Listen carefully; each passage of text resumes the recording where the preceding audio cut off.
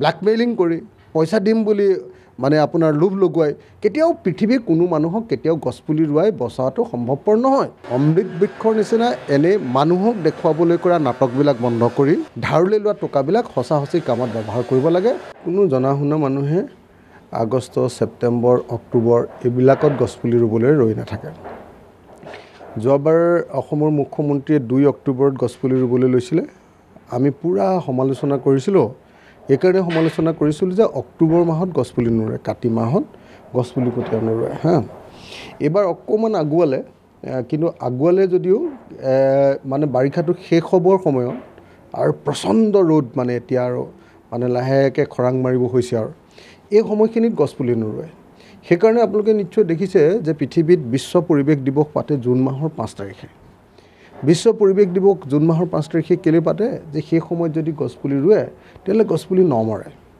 যদি সঁচাকৈ অসমৰ মুখ্যমন্ত্ৰীৰ গছপুলিৰ প্ৰতি হেঁপাহ আছে আৰু অসমখনক যদি সঁচাকৈ সেউজীয়া কৰাৰ তেওঁৰ মন আছে তেতিয়াহ'লে নিশ্চিতভাৱে অসমৰ মুখ্যমন্ত্ৰীয়ে এই অমৃত বৃক্ষই নাম দিয়ক বা গৰল বৃক্ষই নাম দিয়ক, যিয়ে নিদিয়ক লাগিলে নামটো, এই অভিযানটো তেখেতে এপ্ৰিল, মে', জুন আৰু মেক্সিমাম জুলাই মাহৰ 15 তাৰিখৰ ভিতৰত শেষ কৰিব লাগে।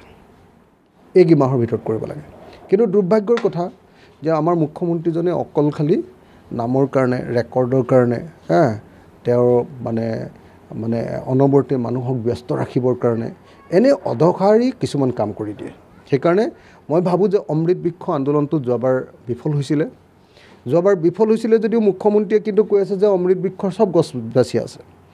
কাৰণ তেওঁ কেলৈ বাচি আছে বুলি কৈ জানেনে? তেওঁ য'ত ব্যক্তিগত মানুহক ৰুবলৈ দিছিলে, ব্যক্তিগতভাৱে মানুহক, সেই ব্যক্তিগতভাৱে মানুহবিলাকে যিহেতু তাৰ লগত 10,000 টকা এটা জড়িত হৈ আছে। মহিলাবিলাকে যেতিয়া সোধে যে আপোনাৰ গছজোপা জীয়াই আছেনে, চবেই কয় জীয়াই আছে। কথাটো বুজিছেনে? যদি গছজোপা মৰিলেও তেতিয়াহ'লেও আকৌ এজোপা বেলেগ এজোপা হ'লেও দেখুৱাই দিব। উপায় নাই, কাৰণ 10,000 টকা এটাৰ লোভ এটা তাত জড়িত হৈ আছে। এনেকৈ ধৰণে পৃথিৱীত ক'তো গছপুলি ৰোৱাটো সম্ভৱপৰ নহয়। ব্ল্যাকমেইলিং কৰি পইচা দিম বুলি মানে আপোনাৰ লোভ লগুৱাই কেতিয়াও পৃথিৱীৰ কোনো মানুহক কেতিয়াও গছপুলি ৰুৱাই বচাওয়াটো সম্ভৱপৰ নহয়। অসমত নিজে নিজে গছপুলি হৈ থাকে। আপুনি এনে এখন জেগা পেলাই থৈ দিয়ক, তাতে হাজাৰ বিজাৰ গছ ওলায়। কিন্তু সেই গছপুলিবিলাক যদি নাকাটে আৰু সেইবিলাক যদি লহপহকৈ বাঢ়িবৰ কাৰণে বাউণ্ডেৰীটো মাৰি দিয়ে তেতিয়াহ'লে সেইখন এখন অৰণ্য হৈ যায়। কিন্তু সেইবিলাক অসমৰ মুখ্যমন্ত্ৰী বুজি নাপায়, কাৰণ তেওঁতো নাঙলত ধৰিয়ে পোৱা নাই ন, জীৱনত ধৰিবই নাপায় বোলে তেওঁলোকে, নহয় জানো? তো গতিকে তেওঁ সেইবিলাক বুজি নাপাব।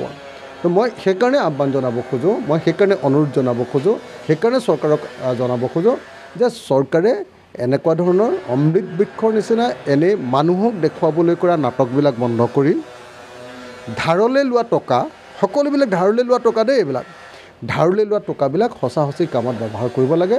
এনেকুৱা ধৰণে অপব্যয় কৰাটো আৰু অমৃত বৃক্ষক এনেকৈ ধৰণে মানে গছপুলি ৰোৱাটো এটা মজাকত, এটা মানে কৌতুকত পৰিণত কৰাটো দুৰ্ভাগ্যজনক ঘটনা।